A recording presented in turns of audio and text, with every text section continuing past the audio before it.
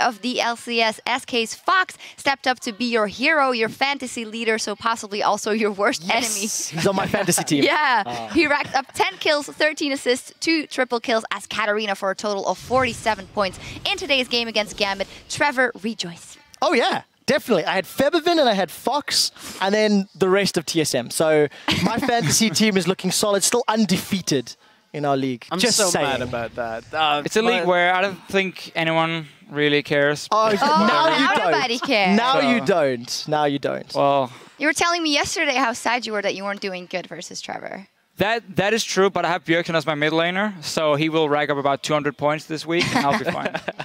Well, besides that fantasy leader, we also saw a number of other stellar performances today, though. Here are your final OP5 for the spring split, and it is our fantasy leader first off, SK Fox, once again on Katarina.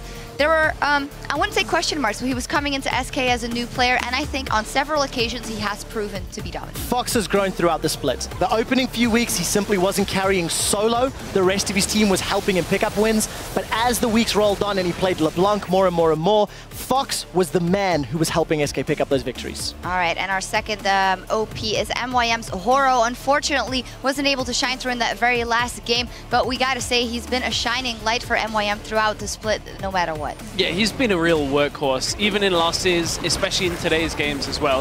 He was putting up good numbers, trying his absolute best out of the jungle, and I don't think it really says the whole story of where MYM ended up. No, and the crazy thing about Horo is, despite being on now the worst team in the LCS, he has the highest kill participation of anyone. Like, he's part of everything they do on this team. So I think Horo has been a great jungler for them, and I wouldn't mind seeing him coming back next split.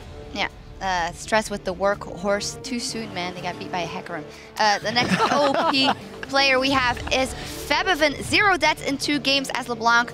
LeBlanc. We know how deadly he is on that champion, and sometimes you can't really close it out. I remember that game versus Unicorns of Love. It's hard to assassinate someone in the beginning of the split, but he was so dominant in these last 2 games. And that's the fantastic thing, how he's adapted, and he's now become a real big carry on the likes of LeBlanc here, even in the late game, where earlier he was more, he just got like 1 kill, then he backed away, but now he's really stepped up.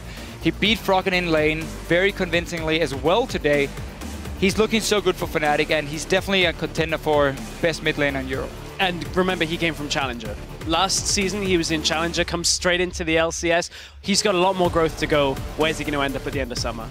All right, our next OP, I think the Fish Show had like a magic insight before because he called it Whirlib, making it into a P. We got to commend him on the Hecarim play today when Jax was open, making the plays all around the map. And when it really matters, because Giants obviously had to win the games today to stay or at least have a chance to defend themselves here in the LCS. And Whirlib, this Hecarim pick was fantastic. It's the first time we see him do well on champion that's not Jax. Yeah. And that's been a big deal, because everyone would just ban Jax and Whirlib didn't really do anything. Now he has Hecarim for himself. That's really good and really good for Giants. All right, and then the next one we have is Fnatic's Huni, top laner who's also done a thing or two on Hecarim, but throughout the split, bursting onto the scene and impressing us all around. Oh yeah, I tried to do my best Huni impression when they were playing against Unicorns of Love. I don't think I did it justice, but this is a guy that loves to carry. He is the quintessential carry top laner in Europe.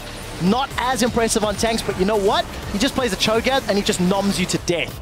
So Fisher, you said I was going to say it. I didn't get a chance to today, but I'll make it up to you in playoffs. Oh, I'm looking forward to that very much. All right, well, of everyone on stage this week, one player really stood out in the home stretch with 11 kills, 11 assists, and 0 deaths this week in 2 games as LeBlanc. Our Week 9 MVP is none other than Fnatic's mid laner, Febiven. We touched on him already, singing his praises, absolutely deserving it. Also taking the risk, so to say, to join that Fnatic team. We were saying, how will that work out for him? He stepped up and made it happen. Yeah, I definitely think so. You look at the Fnatic reconstruction at the beginning of the split. It was just Yellowstar, 2 unknown guys, an AD carry from Challenger that really hadn't made massive inroads into big popular teams.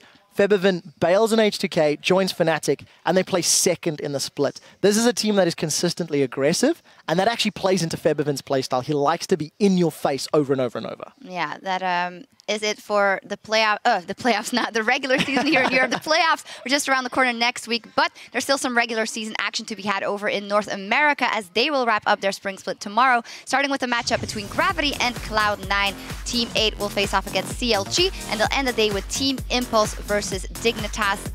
Seeing there TSM versus Ghost, and the next day there's also playing versus Cloud9. So you'll see your Bjergsen in action once again. Always watching, man. I'm also always judging him. Always judging. Better perform. I'm also interested to see how well the NA guys perform. We were looking at some of the stats. Yellowstar is the only European player to qualify for every single postseason playoff out of Europe.